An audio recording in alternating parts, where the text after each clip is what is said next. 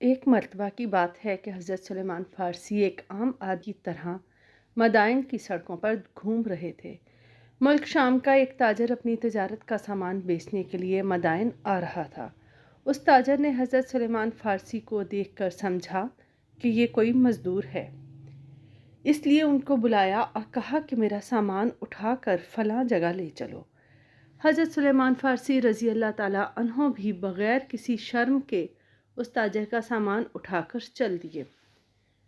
کچھ دیر بعد جب مدائن کے شہریوں نے حضرت سلیمان فارسی رضی اللہ تعالیٰ عنہ کو سامان اٹھائے ہوئے دیکھا تو اس تاجر شامی سے کہا، ارے یہ تو مدائن کے گورنر ہیں، تو ان سے بوجھ اٹھوا رہا ہے۔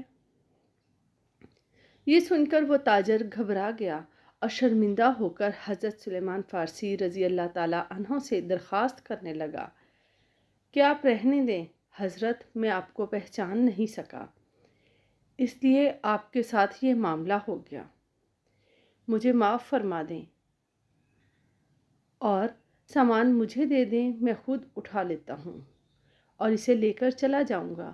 لیکن حضرت سلیمان فارسی اپنے سر سے سامان اتارنے سے بالکل تیار نہ تھے۔ انہوں نے انکار کر دیا، بلکہ فرمایا، میں نے ایک نیکی کی نیت کر لی ہے، جب تک یہ پوری نہیں ہوگی یہ سامان نہیں اترے گا۔